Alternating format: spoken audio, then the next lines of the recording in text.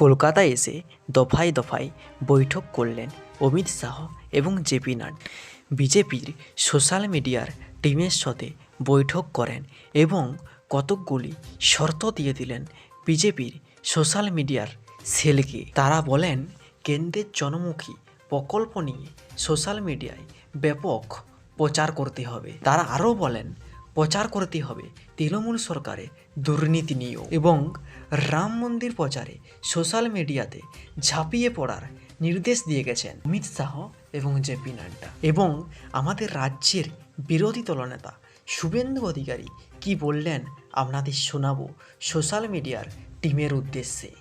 আমাদের নেতা অমিত শাহজি, আমাদের নেতা আমাদের অধ্যক্ষ নাড্ডাজি আজকে ১,৫০০ সাইবার যোদ্ধাকে বলেছেন, আপনারা যেভাবে ১৯ এবং ২১ সালে লড়াই দিয়েছেন, অনেককে অনেক ক্ষতি স্বীকার করতে হয়েছে, মিথ্যা মামলায় জেলে যেতে হয়েছে, অনেক ক্ষতি হয়েছে।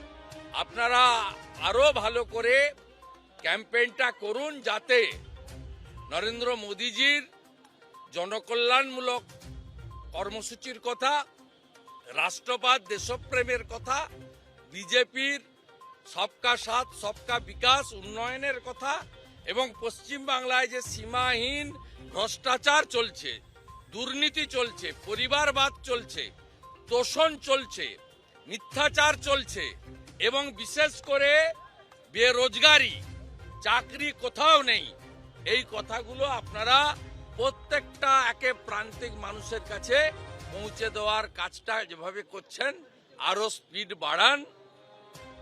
নিশ্চিতভাবে আগামী দিনে আপনাদের স্বপ্ন পূরণ। একটা সিগনিফিক্যান্ট কথা আমাদের নেতা বলে গেছে, যখন সব ছেলে মেয়েরা একদম টিন এজ এসেছিল, 18 থেকে হার্ডলি 35, এর উপরে কেউ ছিল না, আমরাই একটু এজেড ছিলাম, বা এরা একেবারে তরুণের যৌবনের একেবারে উচ্ছল তরঙ্গ ছিল আজকে সায়েন্স সিটিতে। আমরা একটা জল টিফিন দিতে পারিনি, কিন্তু এরা যেভাবে উচ্ছ্বাস প্রকাশ করেছে রাষ্ট্রবাদ আর দুর্নীতির বিরুদ্ধে, এটা রিমার্কেবল। এরা যখন অমিত শাহজি যখন বলেন কেষ্টর কথা, পার্থর কথা, জ্যোতিপ্রিয়র কথা, তখন সকলে বলেছে চোর ভাইপো চোর মমতা। এটা এই মিটিং এর সবচেয়ে ভালো দিক। We are fighting to establish double engine government here in West Bengal.